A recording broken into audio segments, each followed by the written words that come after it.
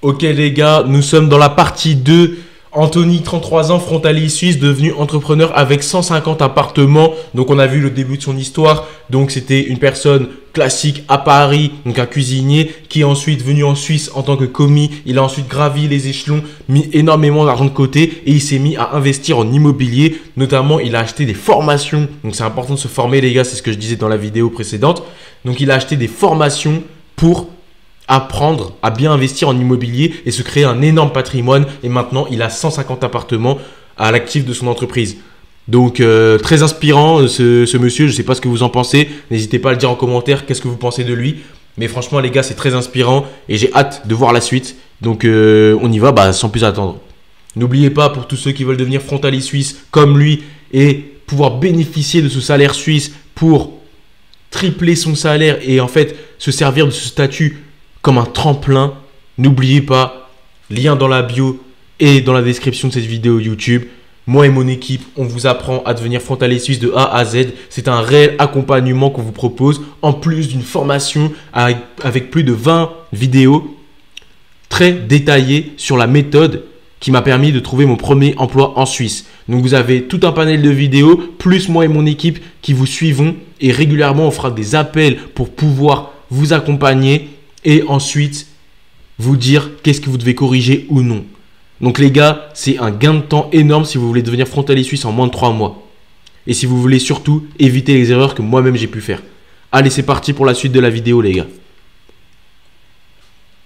Donc il va rester salarié, il va dire ok bon c'est que 50 balles, je m'en fous. Alors que si tu vas mettre 3K sur table, Ah ouais. là tu vas bouger ton cul. Exactement. Et là tu vas te lever et tu vas faire les choses qu'il va falloir faire pour faire le nécessaire. Donc là j'ai investi dans mes premiers appartements. Suite à ça, je prends ce travail qui était commercial, je continue à investir et arrive notre belle pandémie, j'ai une petite idée. Et je me dis, pourquoi pas me lancer directement dans l'immobilier. J'avais un certain nombre d'appartements à mon compte. J'avais un certain nombre d'appartements et la question commence à se poser. Est-ce que je garde mon parc immobilier et je le gère moi-même? Ou est-ce que je garde mon travail en tant que salarié, en sachant que je faisais le pour et le contre et je voyais que l'immobilier me ramenait plus que mon travail en tant que salarié. T'as acheté combien d'appartements en combien de temps? Alors, j'ai combien de lots? J'ai 5, 6, 7, 8, 9. J'ai 9 lots. 9 lots, donc 9 appartements qui tournent. D'accord, ok. En 4 ans, 9 appartements achetés. C'est ça, c'est ça. C'est bien. Alors, ouais, c'est ça. 4 financements pour 9 appartements parce que je fais de la division officielle et non officielle. Ouais, en gros, tu as 9 appartements. Voilà, avec un bon cash flow. Le cash flow, voilà, c'est le bénéfice que vous avez à la fin du mois. Et avec ça, tu as pu générer suffisamment pour être plus que ton salaire suisse et te barrer. Ouais, clairement. En 4 ans. Clairement. C'est beau, hein, franchement. Je me suis pas barré tout de suite. Je me suis pas barré tout de suite de mon... La question se posait, hein, comment ça... Vous imaginez les gars le pouvoir de la détermination? Le mec il gagnait 2000 € à Paris, il est devenu frontalier, il a augmenté son salaire au point de pouvoir tellement investir qu'il faisait plus de rente avec ses appartements qu'avec son salaire suisse et du coup il a eu le luxe de quitter son salaire suisse pour pouvoir se consacrer pleinement à son activité. Les gars, c'est ce que je prône sur cette chaîne et c'est ce que moi-même je suis en train de réaliser en ce moment. Je ne compte pas garder mon emploi en Suisse jusqu'à la fin de ma vie. Là, je suis encore salarié en plus d'être à mon compte, mais je compte bien lâcher mon travail en Suisse pour aller plus loin, les gars. From the bottom to the sky, encore une fois. Je ne me suis pas barré tout de suite. J'ai commencé à ouvrir une société qui était au nom de Omi, qui est toujours Omi. Hein. Et du coup, je faisais de la conciergerie. Alors, la conciergerie courte durée, d'accord? C'est-à-dire tout mon parc immobilier, je le gérais en location courte durée. Il y a sur les plateformes Airbnb, Booking, Abritel et j'en passe. Et du coup, je me suis dit, ok, là qu'est-ce que je fais? Est-ce que je le mets en gestion dans une agence qui était super mal notée? Ou sinon, je crée ma société. Le choix il était vite fait, j'ai créé ma société. Mais en parallèle, j'avais toujours mon travail. Mais mon travail, on voyait, le patron, il voyait que ça allait pas trop et que j'étais moins motivé. Je lui ai parlé, comme on dit, français. Je lui ai dit, écoute, là, moi, j'ai ouvert ma société. Malheureusement, j'ai pas tout mon temps à t'accorder. J'ai autre chose, un autre projet. Je dis, ok, vas-y, pars. Tu peux partir. je suis parti. Aujourd'hui, j'ai cette société qui est en France, d'accord, côté Annemasse-Agglo, toute la Haute-Savoie. Et on est aussi sur Paris, Île-de-France, etc. On a à peu près 150 lots en gestion chez nous. 150 appartements en gestion. À peu près. Hein. Ouais, Vous vous imaginez, les gars, en 4 ans, le mec, il a changé sa vie et il va encore augmenter. Il est from the bottom, 2 cas par mois à Paris. Et je peux vous dire que 2 cas par mois à Paris, c'est pas grand-chose. Et là, maintenant, il a 9 appartements personnels à lui et son entreprise a 150 appartements qui tournent, les gars. Ah, franchement, c'est beau. Franchement, c'est beau. c'est cool. Tu partais de Paris, aujourd'hui tu gères 150 appartements. C'est ça. Et on a ouvert aussi le pôle du coup gestion immobilière longue durée et aussi le pôle transaction immobilière. Donc ça veut dire on va faire la courte durée, la longue durée et aussi la transaction immobilière. Donc après on a des personnes et le personnel requis pour ça aussi. Donc voilà. Franchement, les gars, c'est beau. Franchement, un exemple de détermination. Quand les coachs sportifs se lancent en ligne, ils font de la merde. Ils pensent réussir en postant tous les jours sur les réseaux sociaux. Bon là on va aller visiter un de ses appartements et puis il va nous donner des conseils pour ceux qui comme lui veulent investir dans l'immobilier. Et puis surtout là on va parler un peu finance. Je lui ai demandé mais combien est-ce que monsieur gagne avec 150 logements? Avec 150 logements, c'est un peu compliqué à dire. On va dire on est dans les alentours de 100K en bénéfice. Tu fais 100K par mois? Ouais, à peu près. Ouais. En fait, j'ai énormément de charges dans ma société. 100K par mois, les gars. En 4 ans, il est passé de 2000 € à Paris à 100K par mois. Donc quand je vous dis que c'est important de vous former et que la Suisse, en fait, c'est un tremplin, c'est pas une fin en soi, n'hésitez pas à vous former, devenez frontalier suisse et avec ce salaire suisse, vous pourrez ensuite réaliser vos rêves. Peu importe le domaine, vous pourrez le faire avec ce salaire conséquent. Vous pourrez monter votre business, vous pourrez investir, vous pourrez voyager, vous pourrez faire plaisir à vos proches. Les gars, c'en est la preuve. Je pense être une preuve, mais lui, c'est encore plus, les gars. Il a atteint encore un stade au-dessus. Et bravo à lui. Encore un exemple, les gars. Qu'est-ce qu'il vous faut de plus, les gars, pour vous motiver? Je sais pas, moi.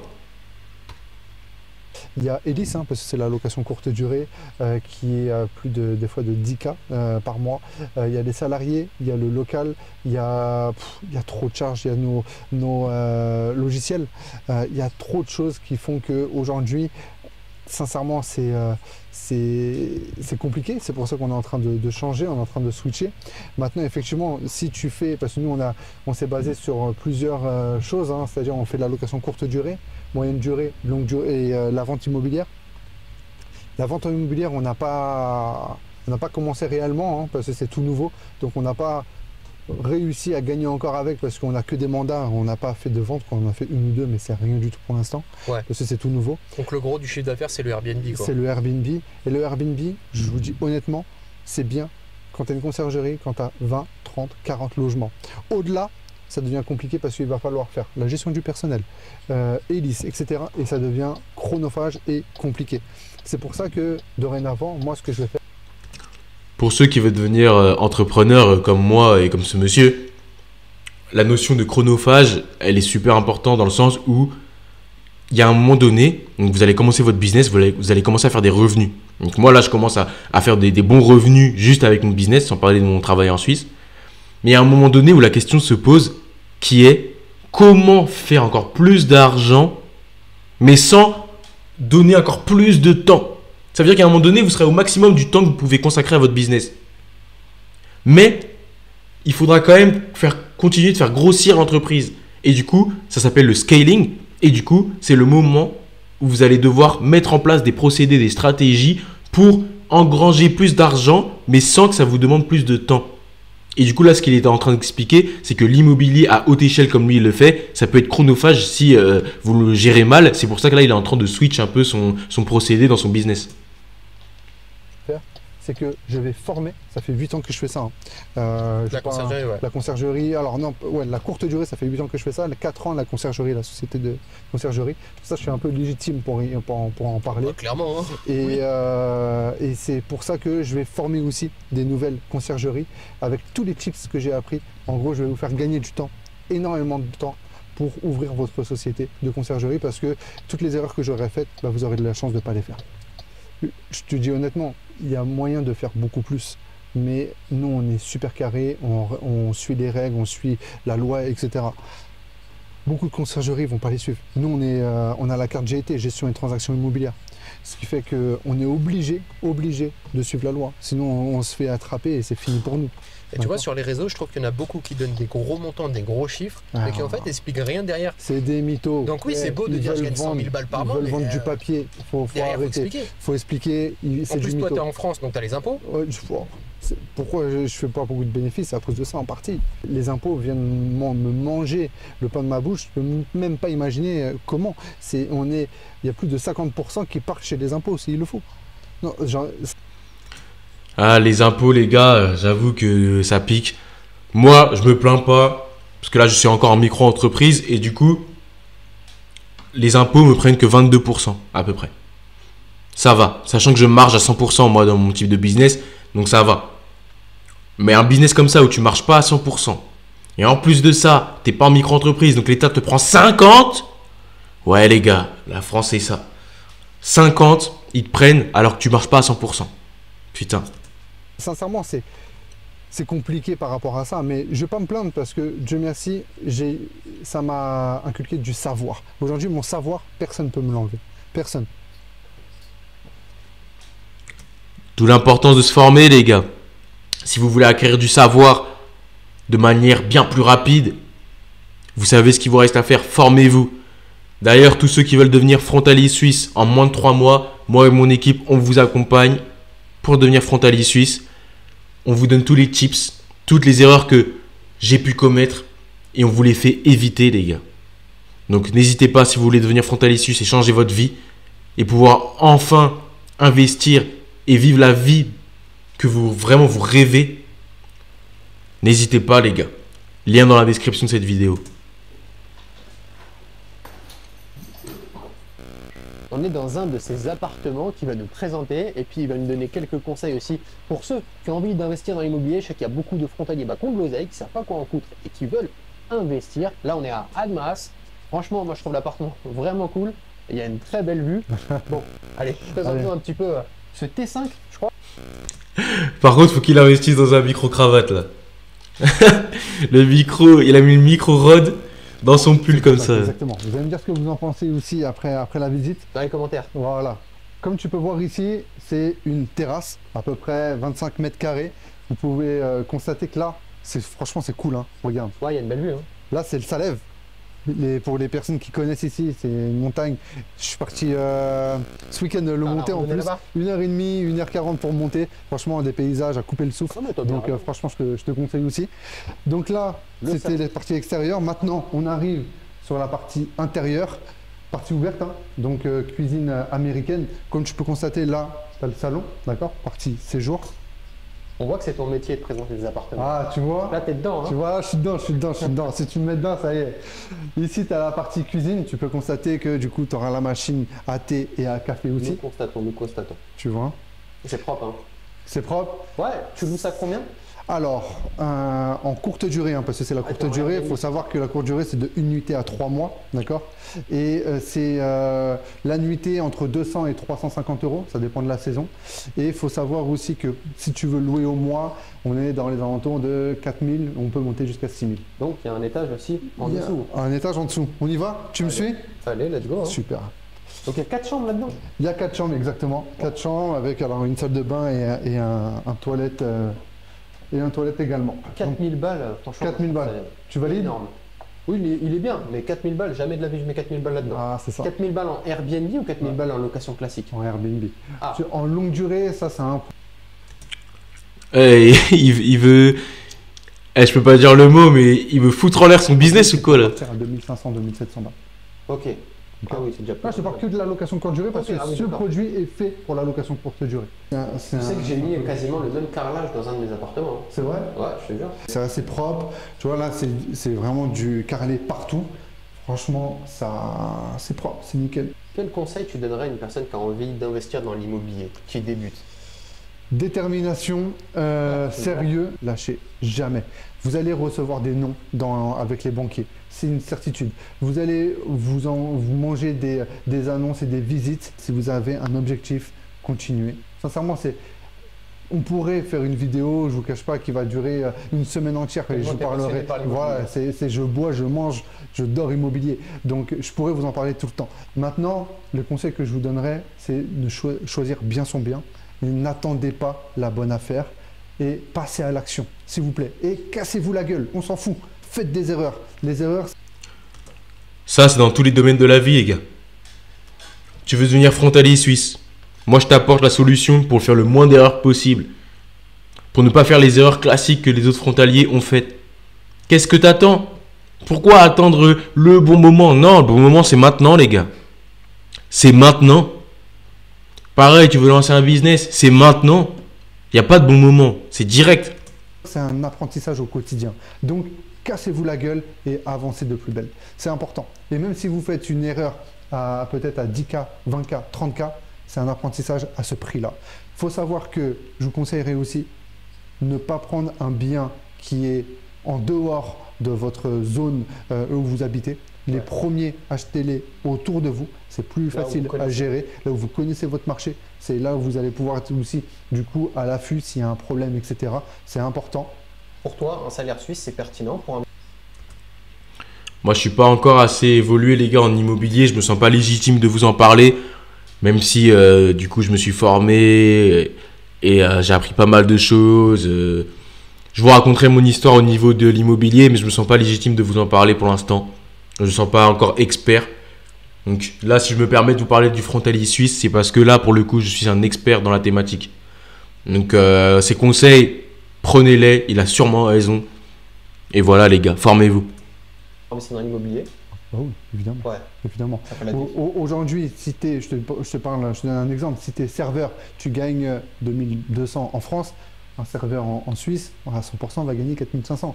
Donc, tu auras une capacité d'emprunt qui va être beaucoup plus importante qu'en France. Donc, oui, effectivement, c'est plus intéressant. Qu'est-ce que tu en penses de cet appartement que je t'ai fait visiter qui est de notre société, Omi? Dis-moi tout. C'est de la merde. Merci. Pourquoi? Dis-moi, pourquoi c'est de la merde? Franchement, c'est dégueulasse, c'est pas propre, c'est petit. Non, bien évidemment, franchement, c'est un superbe appartement. Ok. Je pense que c'est vraiment l'appartement que tout le monde rêve d'avoir. Toi, je sais que tu as envie de t'expatrier en Espagne d'ici peu de temps. Donc, Yes. je me demande, qu'est-ce qui te donne envie de quitter la France? Alors, je vais pas te mentir, il y a différentes étapes dans la vie. Je pense aussi ici, j'ai fait un peu le tour. Donc, j'ai envie de bouger, j'ai envie de changement. Et j'ai eu un enfant. Et donc, je ne me vois pas continuer en France pour certaines raisons. D'une, l'éducation. Deux, l'insécurité. Et aussi ce qu'il va apprendre à l'école où je ne suis pas en accord à 100%. Et Je suis d'accord avec lui. Il y a des jeunes qui apprennent des choses maintenant à l'école. C'est aberrant. On va pas s'éterniser sur le sujet. L'insécurité, oui. Il y a des endroits en France, franchement, c'est de pire en pire. Mais après, est-ce qu'aller en Espagne, c'est mieux? Je sais pas. Moi, du peu de fois où je suis allé en Espagne, je suis allé quoi, 3-4 fois. Ça a pas l'air beaucoup mieux, hein, niveau sécurité. Hein. Peut-être que je me trompe, mais ça a pas l'air beaucoup mieux. Donc, ils m'auraient dit, je pars m'expatrier en Suisse, ok? À Dubaï, ok? À Bali, ok? Mais en Espagne, je suis pas sûr que ce soit très sécuritaire non plus. la politique, etc. Et aussi le jugement des personnes. Donc il y a certaines choses que je suis pas en accord forcément. Maintenant j'ai mon bébé qui est en France, ma société, donc je vais jamais trop quitter la France, je vais toujours venir ici et travailler. C'est pour ça que je serai toujours présent. Mais c'est vrai que malgré que ça soit un beau pays, aujourd'hui la France, j'ai besoin de la quitter pour peut-être mieux revenir par la suite. Je ne sais pas ce qui est fait demain. En tout cas j'ai besoin de retourner à mes origines qui sont l'Espagne. Quel conseil tu donnerais au toi de quand tu avais 20 ans? Je pensais qu'il allait me dire aussi que c'était pour les impôts, les gars. Parce qu'en Espagne, les impôts sont moins élevés qu'en France. De toute façon, tous les pays du monde, les impôts sont moins élevés qu'en France. Hein. On est clairement le pays le plus taxé au niveau des entreprises. L'Espagne, je crois que c'est aux alentours de 30%, si je dis pas de bêtises. Alors que oui, en France, à part si t'es en micro-entreprise, c'est 50%, donc ça tape. ans et que tu voulais réussir? Arrête les conneries, arrête de faire des bêtises. C'est une bonne question. Arrête de faire chier ta mère, d'aller au commissariat. D'accord, oui, carrément. Non, sincèrement, j'ai dit, ouais, concentre-toi. Actif. J'aurais kiffé avoir le savoir que j'ai à 33 ans, à 20 ans. Sincèrement, j'aurais fait une évolution, mais incroyable. Si on pourrait me donner un cadeau, c'est me redonner aujourd'hui mes 20 ans pour que je puisse encore croître, encore beaucoup plus que ce que je suis aujourd'hui, que j'ai fait aujourd'hui. Et tu donnerais quoi comme conseil à une personne qui veut réussir? Parce qu'il y en a qui vont considérer que tu as réussi, même si toi je sais que tu considères ne pas avoir réussi, comme tous les mecs qui ont réussi quoi. Non mais c'est vrai hein. De toute façon, ça c'est le syndrome de la réussite. On n'est jamais satisfait, mais ce que les gars, en fait, la réussite, c'est pas une finalité. Encore une fois, la réussite, c'est quand tu fais ce que t'aimes et que ça te rapporte de l'argent, mais surtout un confort de vie. En fait, c'est juste d'être à l'aise, les gars. Mais pas que financièrement. Juste d'être à l'aise dans votre vie. En fait, c'est pas une finalité. Demain, vous allez devenir frontalier suisse. Vous allez vous dire, ah, mais j'ai pas encore réussi. Peut-être qu'après, vous allez investir dans un business, dans des actifs. Ça va prendre. Mais vous direz, non, j'ai pas encore réussi. Parce qu'en fait, le but de la vie, moi, je vois ça comme ça. C'est qu'on est from the bottom, les gars. Mais on grimpe les échelons. Mais c'est à l'infini, les échelons, les gars. Il n'y a pas de... Le sky, c'est à l'infini, les gars. Après le sky, les gars, c'est la galaxie. Ça s'arrête jamais. Et je pense que c'est ça qui est beau, les gars. C'est de garder cette niaque, cette envie, et de prendre du plaisir dans ce qu'on fait, et de continuer toujours plus loin, toujours plus loin. Mais quel conseil tu donnerais alors? Pour continuer, et enfin c'est l'objectif. Je pense que moi, comment j'ai fait, tu prends une feuille blanche. Tu te donnes des objectifs court, moyen, long terme. Tu t'y tiens, coûte que coûte. Tu peux tout faire. Ça veut dire, si même tu as une journée de merde ou quoi que ce soit, tu te donnes au moins 1, 2 ou 3 missions par jour et tu t'obliges à les faire. Tu ne dois pas lâcher cette règle. C'est une règle d'or. Je fonctionne de la même manière. En 2024, j'ai pas atteint tous mes objectifs que je m'étais fixés, mais dans mon téléphone, les gars, j'avais fait une liste dans Notes. J'avais fait une liste de toutes les choses que je devais atteindre. Et du coup, tous les jours, je la regardais, cette liste. Qu'est-ce que j'ai fait aujourd'hui pour réaliser un de ces objectifs? Voilà, les gars. Et du coup, une fois que tu as ta roadmap, ce plan dans tes notes, tes objectifs clairs que tu dois atteindre, donc là, dans cette année 2025, et ben chaque jour, tu te fais une liste de tâches, des choses que tu dois réaliser qui vont te rapprocher de ces objectifs. Et derrière, bouger ton cul. Et faire des erreurs, je kiffe faire des erreurs. C'est un apprentissage. Et je sais que ces erreurs-là, je ne vais plus les refaire. J'ai fait une erreur, ça m'a coûté 20K. Cette erreur-là, je te promets, plus jamais je vais la faire. Mais c'est un apprentissage. Donc c'est ça que je kiffe. On arrive à la fin de cette vidéo, mettez un maximum de... Donc voilà, les gars, j'espère que ça vous aura motivé. Franchement, moi, vraiment, je trouve ça très inspirant. Et ça me donne aussi envie d'aller encore plus loin dans ce que je fais. Et j'espère que c'est la même chose pour vous. En tout cas, n'oubliez pas, ceux qui veulent devenir frontalier suisse en moins de 3 mois pour pouvoir bénéficier de ce tremplin et peut-être devenir comme ce monsieur Anthony, n'hésitez pas, les gars.